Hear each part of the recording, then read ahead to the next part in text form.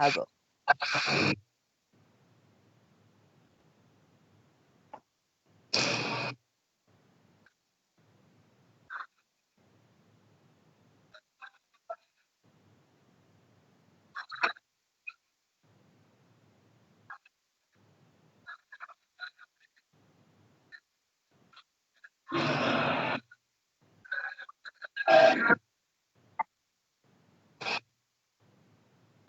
Você fala primeiro, Sâmia?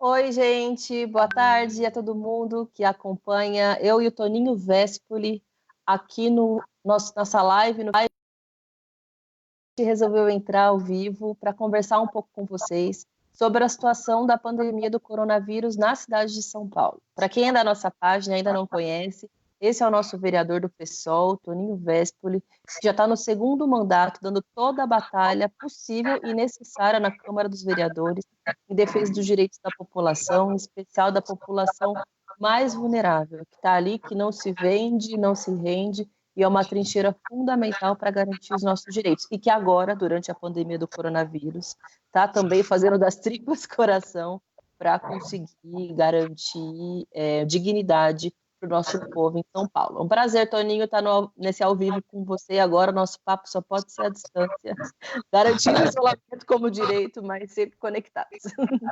Bom, Sâmia, um beijão para você, um beijão aí para todo mundo que está aí curtindo aí a nossa live, mesmo as pessoas que vão assistir depois, né?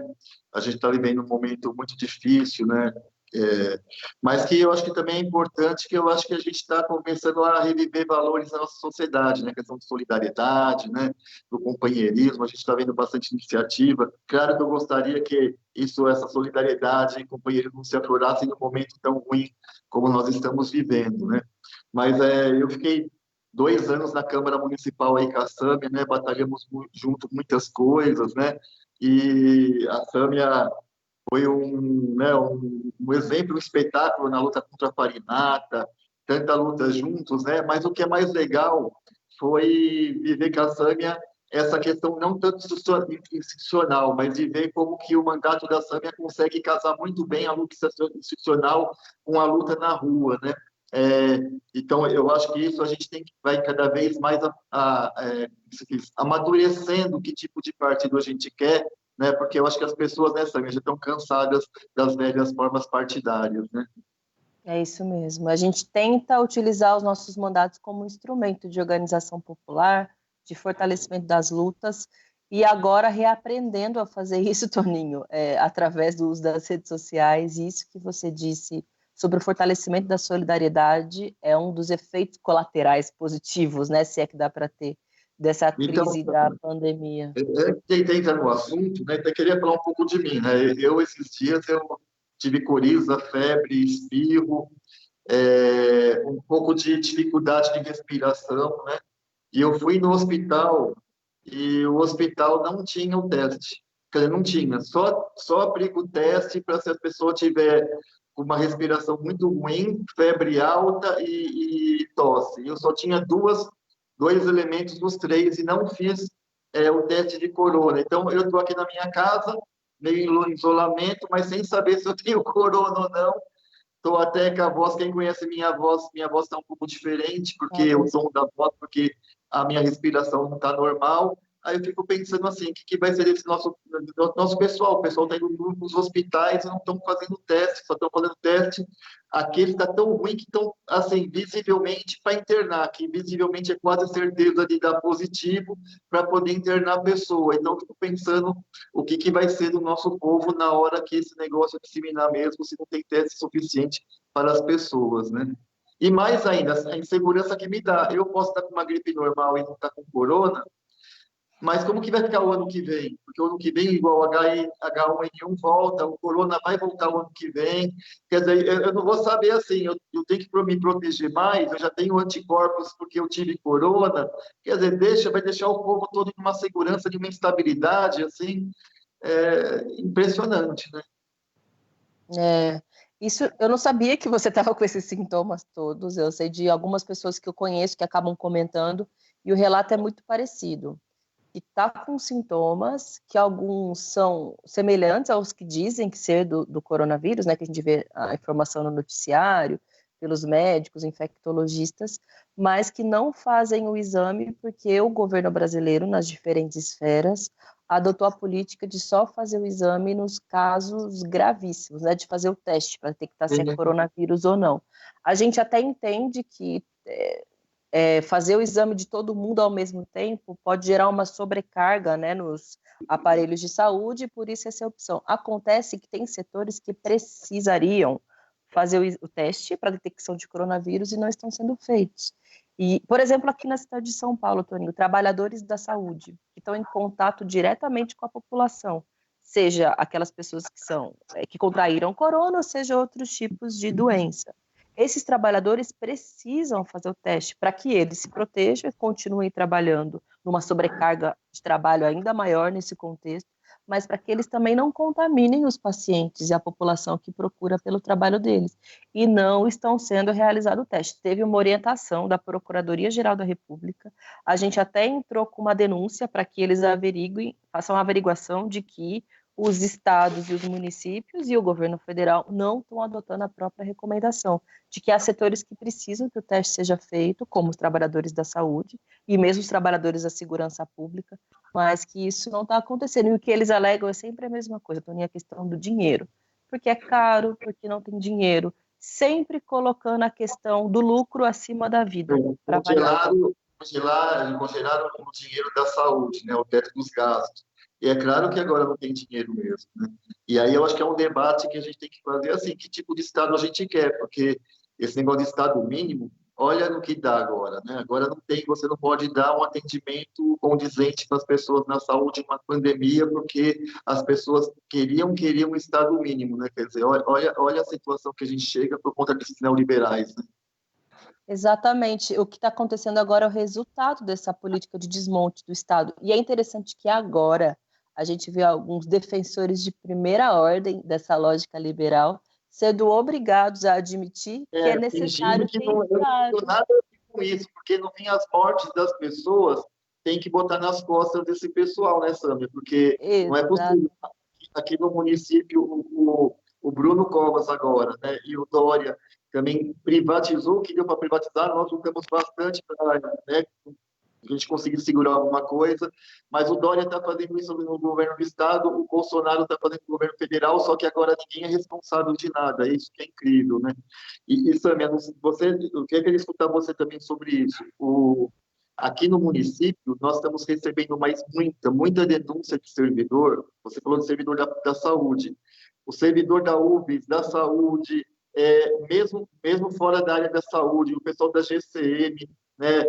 Houve um caso na CETEL, que é o prédio onde fica boa parte dos GCMs das pessoas internas, e assim, as pessoas não têm máscara, não têm álcool gel, não tem, né? Então, os nossos servidores estão assim à mercê, né, de toda essa situação. Eu teve um caso de uma servidora que ela foi trabalhar, ela falou que não tinha o EPI, né, com os equipamentos de proteção individual, e aí ela chegou em casa, passou na garagem antes para chorar porque ela mora com a mãe dela, que é muito idosa.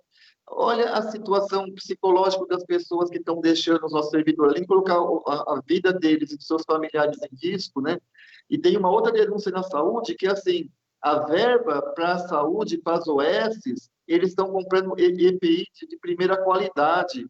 E para os servidores públicos é de segunda, terceira linha, quer dizer, até estão tratando os servidores, né, da rede privada, que são os convênios, de uma maneira e o pessoal do serviço público de outra maneira, quer dizer, total descaso, assim, né? A gente está tomando medidas, mas você sabe como que é, né, os governos do PSDB. E como que está isso no governo federal? Você também tem recebido esse tipo de denúncia? O pessoal está tendo um equipamento condizente para poder se proteger? Toninho, a mesma coisa, as mesmas denúncias de trabalhadores da segurança pública, GCM, mesmo a nível estadual, da Polícia Militar, da Polícia Civil, que são serviços essenciais, né, que devem continuar em funcionamento mesmo no isolamento, de trabalhadores da saúde, é cada relato assustador de que não tem material de limpeza, de higiene, que dirá equipamento de proteção individual, que é para a saúde deles, da família, como você disse, mas também das pessoas que eles estão atendendo nos hospitais, nos postos de saúde. E combinado com isso, até para entender de onde é que vem o dinheiro, né, tem uma lógica de querer reduzir o salário dos servidores nesse contexto de crise.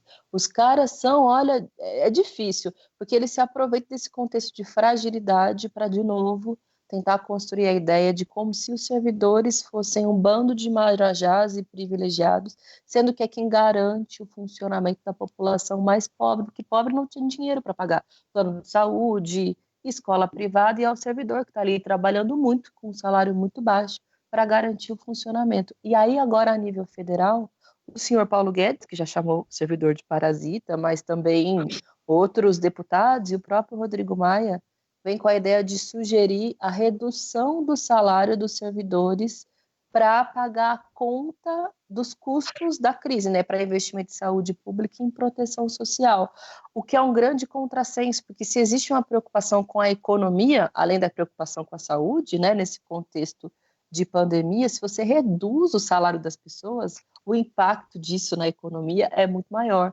E a gente tem a solução, né, Toninho? Já há muitos anos o PSOL levanta a bandeira da taxação das grandes fortunas, de fazer com que aqueles que têm mais precisem contribuir com mais para que toda a sociedade possa ser contemplada. Eu trouxe aqui alguns dados que eu preparei antes da nossa live começar, só para ser um pouco ilustrativo, para as pessoas que estão nos acompanhando entenderem que a gente não está falando nenhum tipo de alucinação. Hoje, gente, 22% dos tributos totais no país recai sobre o consumo, ou seja, se a pessoa é pobre ou se a pessoa é rica, ela contribui o mesmo tanto, porque ela está pagando o mesmo tributo sobre a água, né? Se é o rico ou se é o pobre. Só que sobre o consumo é 50% dos tributos no Brasil, confundi. Agora, sobre a renda, que é sobre aqueles que têm muito dinheiro, é somente 23%. Veja, 50% é sobre o consumo, 23% é sobre a renda. Ou seja, aqueles que têm muito dinheiro contribuem muito menos do que aqueles que têm pouco dinheiro na sociedade. E se a gente invertesse a pirâmide, daria para a gente fazer uma arrecadação de 73 bilhões de reais se o Brasil tivesse taxação sobre patrimônio. 73 bilhões que o Brasil deixa de arrecadar. E por que deixa de arrecadar? Porque a elite econômica, a elite financeira que controla a economia e controla a política no Brasil. Outra coisa, se a gente tivesse uma tributação maior sobre renda, pasme, seria 253 bilhões de reais a mais sobre a renda. É muito, muito dinheiro que o Brasil deixa de arrecadar E fora porque a o propriedade, governante... né, que é taxado, né, Sâmia? O ITR, né, a questão da propriedade também, que é pouco taxado, né? O ITR é baratíssimo, né? Esses caras que têm imensidões de terras, né?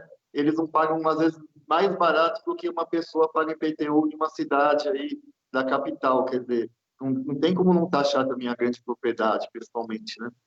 Exatamente, se você tem um carro popular, você precisa pagar IPVA. Agora, se a pessoa tem jet ski, jatinho, ou seja, quem tem muita Falando, grana, não paga nem um centavo de imposto por isso. Assim, é um contrassenso. Por isso que a gente sempre defendeu, e agora, nesse momento de crise, a gente defende ainda mais. É a elite financeira e econômica que precisa pagar a conta da crise. Não são os servidores e não são os trabalhadores do país. E não é uma opção morrer de fome ou morrer de vírus. É preciso, sim, garantir condição de que todo mundo tenha o isolamento como direito nesse contexto. E eu soube hoje, Toninho, que o Bolsonaro está com uma campanha de que as pessoas têm que sair do isolamento, voltar a trabalhar. Mas, felizmente, ontem o Congresso conseguiu aprovar uma renda básica, renda emergencial, renda mínima, enfim, não importa o nome, mas é uma renda que vai durar durante 3 meses para os trabalhadores informais, para os desempregados e para aqueles que são autônomos, né, que são microempreendedores individuais, que não vão conseguir trabalhar durante esse processo, porque também têm o direito de ficar em isolamento, mas que vão receber R$ 600 por pessoa e até R$ 1.200 por família. A gente, Toninho, do pessoal, estava defendendo que fosse um salário mínimo por pessoa. Mas, enfim, são as contradições e as dificuldades do mas parlamento. o Bolsonaro queria R$ 200 inicialmente. Como ainda vocês conseguiram erguer de 600 a R$ 1.200? foi um trabalho da oposição, o pessoal teve um papel importante nisso. Estou perguntando isso, porque agora eu já vi nas redes sociais o Bolsonaro tentando vender como se esse valor fosse o governo, ele que quis dar. E eu lembro que desde o começo do debate ele queria R$ 200, né? O Bolsonaro é um sem vergonha, é um cara de pau de dizer que foi ele que propôs. Primeiro porque ele é contra que as pessoas tenham um rendimento durante o isolamento, porque ele está defendendo o quê? Que as pessoas não fiquem em isolamento, que elas precisem voltar a trabalhar. Então, nem disposição de garantir o direito do isolamento ele não tem. E a única coisa que ele chegou a mencionar, mas Toninho, ele nunca nem sequer protocolou nenhum projeto na Câmara, porque live e tweet, né, e tweet, postagem em Facebook, não é política de governo, ele nunca protocolou um projeto, e o projeto dele era isso que você disse, era de R$ 200, aí todo mundo caiu matando, aí teve uma compreensão geral entre as bancadas no Congresso, com exceção da bancada do governo, né, com exceção dos que são fanáticos do Bolsonaro, de que R$ 200 era um valor vergonhoso e era necessário garantir, a princípio seriam 500, a gente batalhou e conseguiu passar para 600, chegando até R$ 1.200 por família. É um valor baixo, porém é um primeiro passo, né, para que as pessoas tenham o direito de não trabalhar nesse período e o direito de ficar em isolamento, para não se contaminarem e não contaminarem a sua família. Então, primeiro, né, Samir, eu fiquei estarrecido.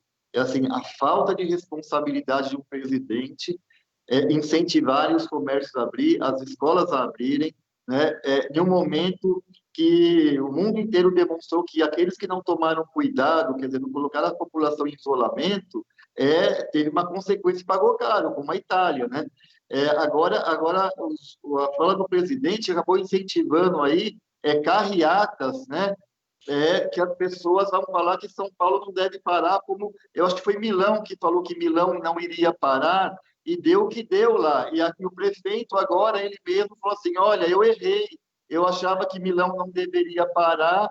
Quer dizer, a gente está vendo casos concretos e as pessoas estão indo assim em uma coisa totalmente alucinada de presidente sem responsabilidade, né? Então, eu queria colocar minha indignação, não dá para um presidente continuar, não tem responsabilidade com o povo, coloca o lucro acima de tudo, acima da vida, não dá para ele continuar naquela cadeira, por isso que eu acho que o impeachment do Bolsonaro se faz necessário e urgente nesse momento, né?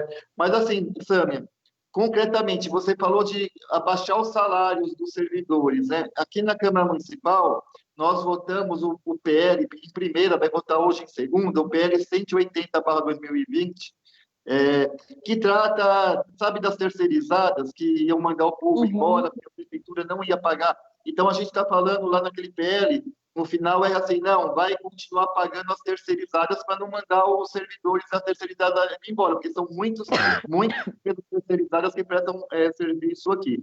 E aí, houve 72 emendas, e uma das emendas era para baixar 20% dos servidores públicos que ganhava acima do teto, né? Do Policy Neto, o projeto. E aí, a minha preocupação, você sabe como esses caras são, né?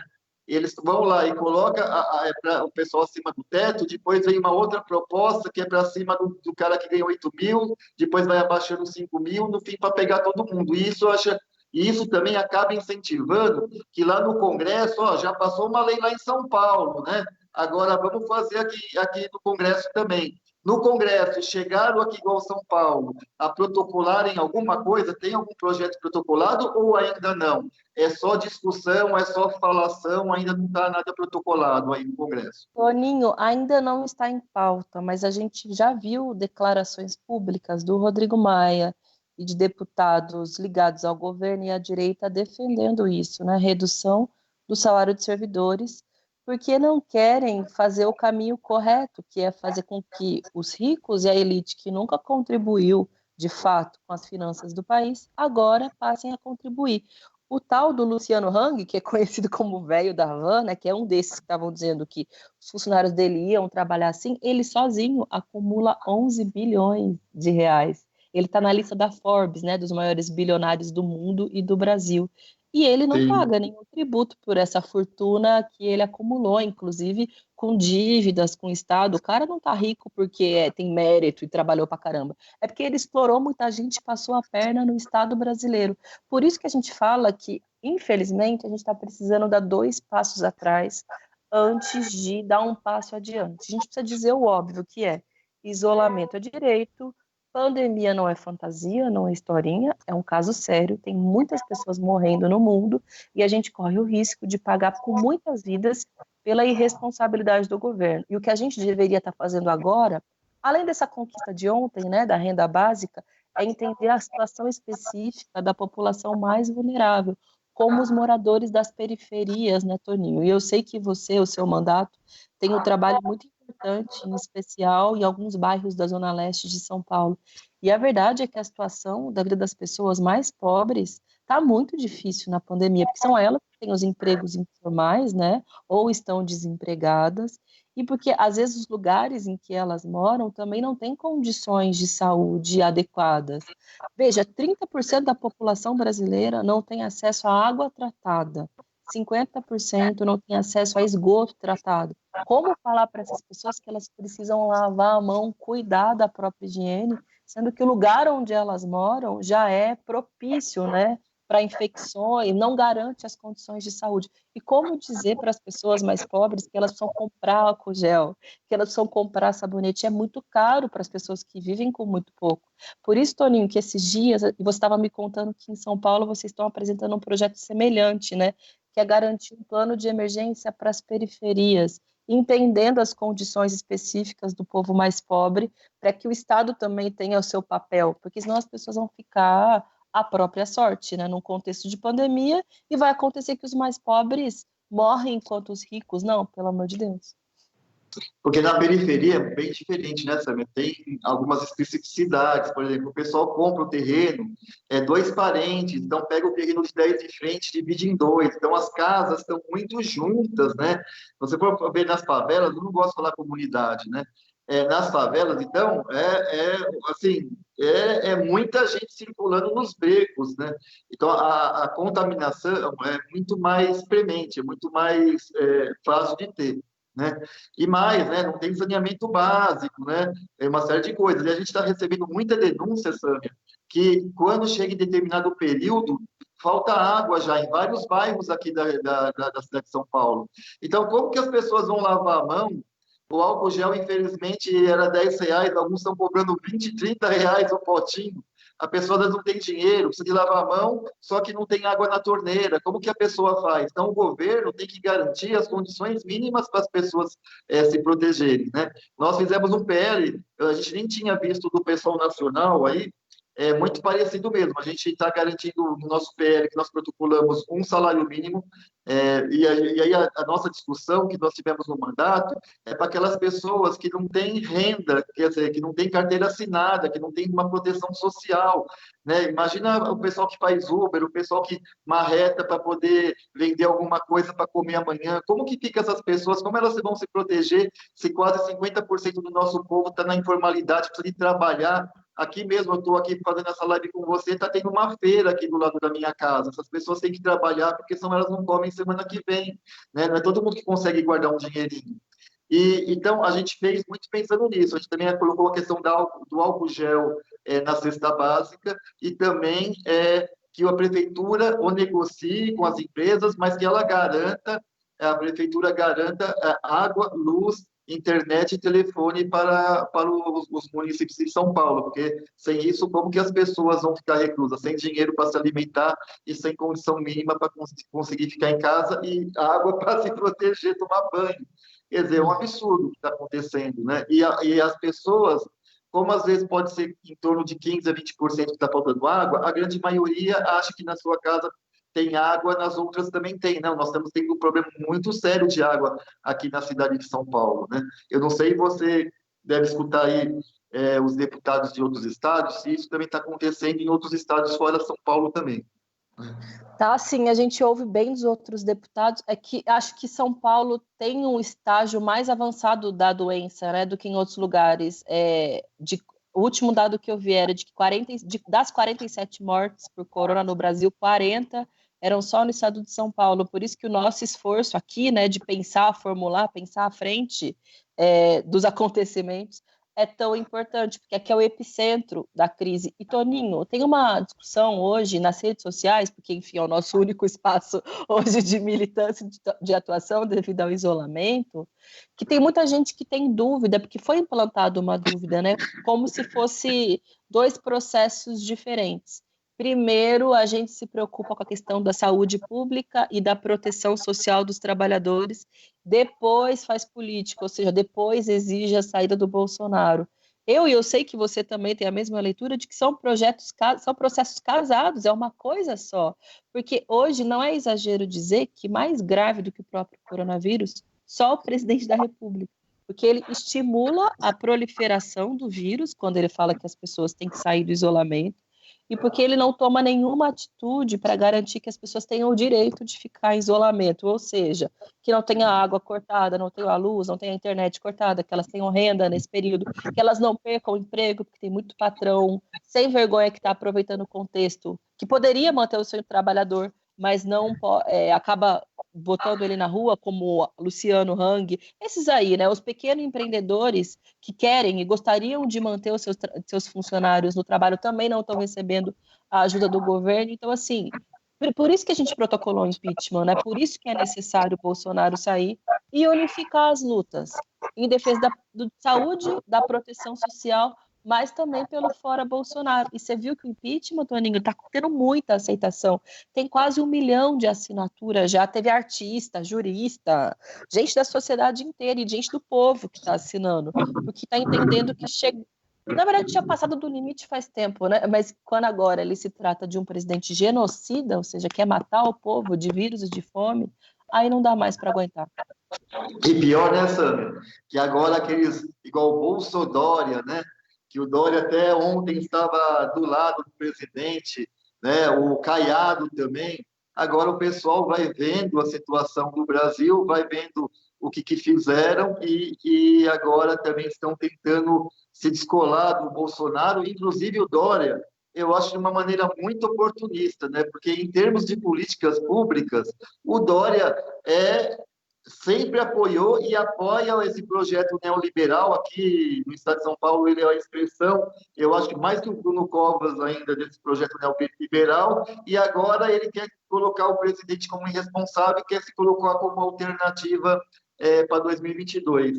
É assim, um total oportunismo, né? Porque quem está no estado de São Paulo sabe o quanto que o Dória foi importante aqui para a eleição do Bolsonaro, né? E o quanto as medidas que o Bolsonaro faz no nível federal, em termos de privatização, Estado mínimo e tudo mais, o Dória faz aqui também.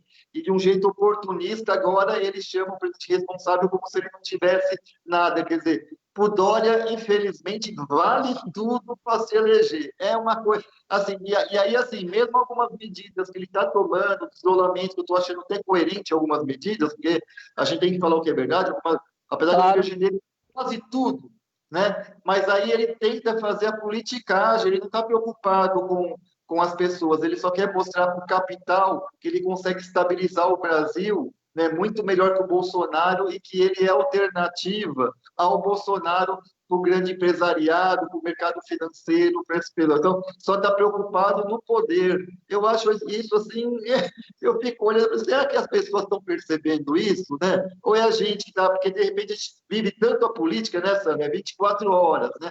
Para a gente fica muito fácil bater o olho e ver. Mas eu acho que está tão descarado o negócio. E o que você acha? Você acha que o povo está percebendo essa manobra do Bolsonaro, do Dória? Toninho, é aquele ditado, quem não te conhece que te compre, né? Porque com certeza ele só está mostrando o serviço porque ele está de olho em 2022. Porque está vendo que as Forças Armadas estão abandonando o Bolsonaro, mesmo dentro do grande empresariado, que foi quem garantiu, né, a eleição do Bolsonaro, estão sobrando só aqueles setores mais lunáticos, como a turma da Havan, do Madeiro, enfim, esses caras que são um pouco mais psicopatas mesmo, mas tem o grande empresariado clássico brasileiro está numa linha mais Dória mesmo, né, que é garantir um mínimo de proteção social e compreender as recomendações da Organização Mundial de Saúde. Mas, ó, é no concreto, né, que você pega as pessoas no pulo, pega as contradições. Você lembra, faz alguns dias que o Bolsonaro expediu aquela MP 927, que é aquela que depois ele reverteu o artigo 18, que previa a demissão por 4 meses dos trabalhadores, supostamente para que eles não perdessem o emprego, mas a proposta é que ficassem 4 meses sem receber o salário, que é mais ou menos o período da crise. Foi um escândalo, todo mundo foi para cima e ele acabou revertendo no final do dia. Qual foi a primeira pessoa a apoiar essa MP? Óbvio, foi o Dória, ele foi o primeiro nas redes sociais. Não, olha, eu estou com muita diferença com o presidente, mas ele está corretíssimo, é preciso defender os empregos. Você está falando que as pessoas vão ficar 4 meses sem receber o salário delas, mas você está fingindo que isso é defender emprego? Na verdade, é botar as pessoas numa situação de miséria. Então, é nesses momentos que você vê para quem que o Dória trabalha de verdade, né? Como a gente já conhece o cara já de longa data, ixi Maria, a gente não tem mais nenhuma crença, né, de que ele tem alguma preocupação de fato com o social, mas ele vem se inspirando em outros líderes mundiais e tomando algumas medidas corretas, mas que também param na segunda página, né? Olha a situação dos servidores estaduais, né, que é o momento, o lugar em que ele pode controlar. Então, sem equipamento de proteção individual, as pessoas no estado de São Paulo ainda estão sem uma renda, sem acesso à cesta básica, sem o direito de não ter as suas contas. Aliás, a água, a luz, o telefone cortados nesse período de pandemia. Então, não dá para aceitar também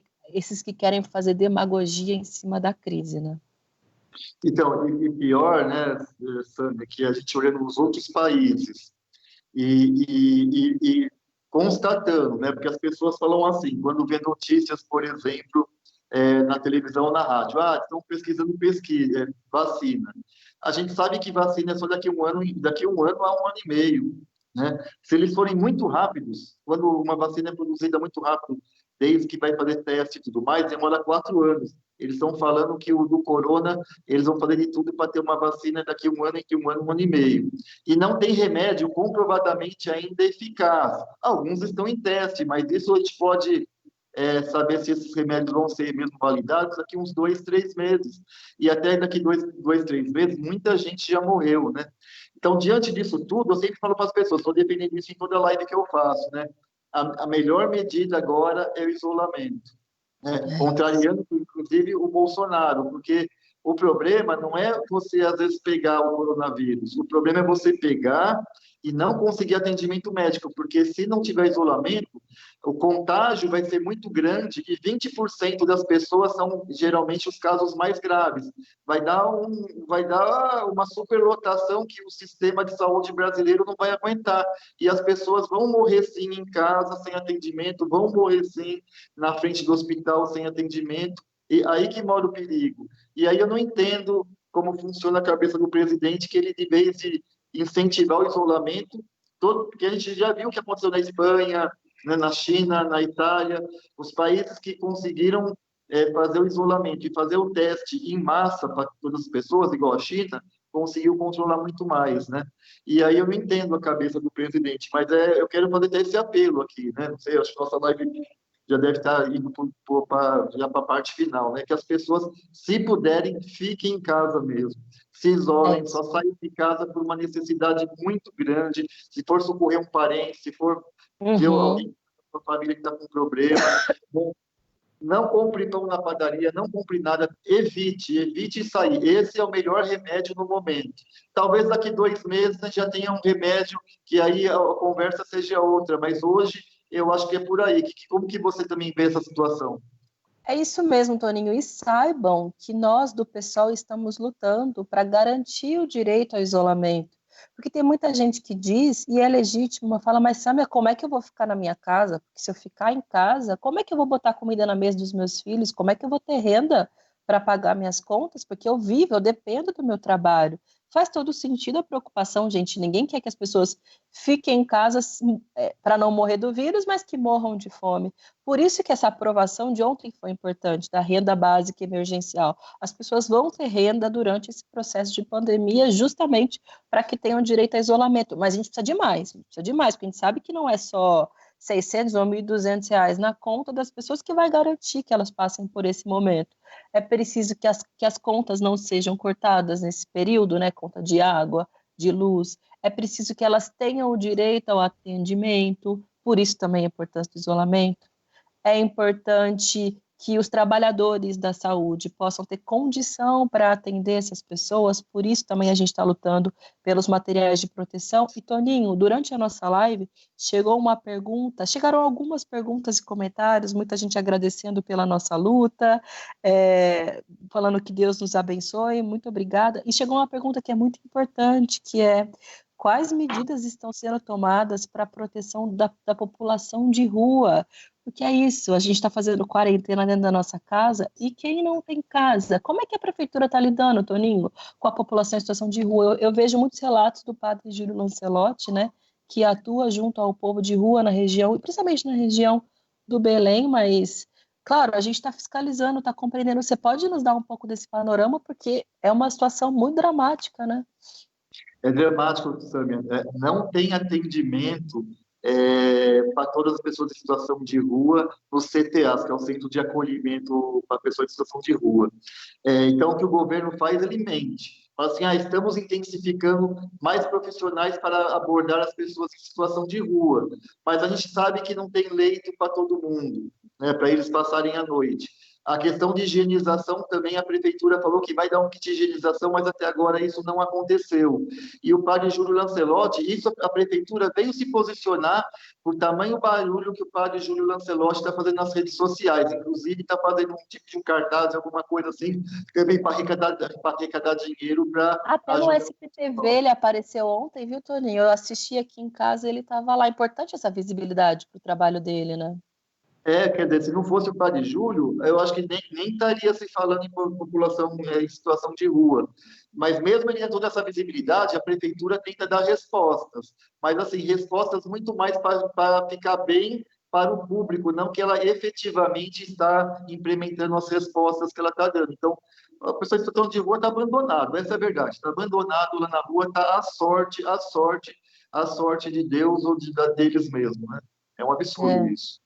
É um grande absurdo. Toninho, a gente vê em outros países alguns gestores adotando o modelo de botar as pessoas em situação de rua, que nesse período de quarentena, nos hotéis das cidades, porque como estão vazios, né, tão vagos, porque o comércio diminuiu bastante, esses prédios ficam disponíveis. Por que não adotar esse modelo aqui em São Paulo e em todo o Brasil? Para as pessoas em situação de rua, ou mesmo para essas pessoas que moram nas favelas, né, nessas casas que são muito próximas, e caso contraiam a doença, precisam ter o direito ao isolamento, e na casa que elas vivem, elas não conseguem, né, porque todo mundo muito junto. Esses hotéis precisam ser disponibilizados para as pessoas que precisam, e isso também vai ser a nossa luta, a nossa batalha, né, Toninho? Ô, Samia, eu nem acabei discutindo isso com você, mas me fala uma coisa: está ganhando corpo esse negócio do adiamento das eleições para outubro? Você está sentindo isso no Congresso? Porque se Toninho, estão falando que essa pandemia mesmo vai acabar lá para julho, quer dizer, praticamente na beira das eleições, como que vai ser isso? bem importante essa sua pergunta, porque vocês sabem, né? Eu estou como uma das pré-candidatas do Por isso que eu PSOL. estou te perguntando, porque você não sabe Sim, o a quanto de pessoas que prefeitura. ficam me passando no WhatsApp. Toninho, como vai Pois ficar agora? é, Tanta nem candidata a fale, prefeita menino. e as Não, e a gente eleições. estava com todo um planejamento. Olha, quando começou a pandemia no Brasil, quando ela estava ficando mais perigosa, vocês terem uma noção, gente, a gente tinha uma plenária marcada que ia reunir entre 700 e 800 pessoas. Aí, na hora, me lembro de ter falado com o Toninho, com a equipe dele, falando, gente, vai ser muito doloroso para a gente pelos nossos planos, mas a gente precisa desmarcar essa plenária, porque senão seria muita irresponsabilidade nossa com a saúde dos nossos filiados, mas de toda a população. Imagina, 800 pessoas reunidas num lugar apertado, e a gente ia fazer que nem o Bolsonaro, ia ser responsável Sim, pela proliferação do vírus. Então a gente suspendeu e vai ficar suspenso até segunda ordem. E, Toninho, acho, é muito provável, né? Não vou falar com certeza, porque ainda não está definido, mas é muito provável que as eleições sejam adiadas, porque as convenções eleitorais, nas regras atuais, deveriam ser até primeira semana de agosto. Se a previsão é da quarentena durar até o final de julho, é praticamente impossível ter um processo democrático, não só no PSOL, mas nos demais partidos, né, ou algum processo para a definição dos nomes para a prefeitura, para os vereadores. Então, é muito provável que tenha um adiamento. Mas, da nossa parte, a gente vai lutar, não importa quando, mas para que tenha um processo democrático, né? Que os filiados possam votar, que eles possam definir. Não vai ter nenhuma definição de cúpula, como tem gente que defende, não. A gente defende que são os filiados que determinam. Mas, é claro, agora não dá nem para pensar, né? Em eleição, em disputa, a nossa luta é contra o governo irresponsável em defesa da saúde da população. É que infelizmente, né, Sâmia, de responsabilidade eles estão ganhando bastante, né? Porque é o governo federal, o governo estadual e o governo municipal aqui em São Paulo, que eu vou te falar, viu? Esse é o verdadeiro. É impressionante como a população sente isso, né? Inclusive, quando eu estava no hospital, eu fui no hospital ali na Vila Mariana, no Santa Cruz, e aí, assim, então, hospital privado, né? E aí o pessoal lá estava conversando, os enfermeiros, o pessoal tudo metendo pau no Dória e metendo pau no Bolsonaro. As pessoas sentem que esse povo não gosta de pobre, não faz política para pobre, né? E eu acho que isso é bem demarcado. Eu acho que essas eleições próximas vai dar uma reviravolta e vai ter uma surpresa. E quem sabe a gente tem aí a Sâmia, uma pessoa aí que luta pelo social, luta pela periferia e também luta aí pelo serviço público direto de qualidade, aí valorizando a política pública, é um Estado que dê conta de atender a necessidade do nosso povo. Eu espero não por você, não pelo pessoal, mas eu espero isso pelo povo, entendeu? Pelo povo, porque o povo nosso está cansado, está massacrado, está humilhado o tempo todo por esses governantes. É isso mesmo, e vamos batalhar também pela continuidade do mandato popular do Toninho Véspoli, de toda a sua equipe, que constrói com maestria já 2 mandatos, né? É uma construção de base, de engajamento direto, tem participação das pessoas e a luta por aqueles que mais precisam, que muitas vezes são escondidos, né, dos olhos dos governantes, que a maioria deles governa só para os ricos, nem se importa o que acontece com a maioria do nosso povo.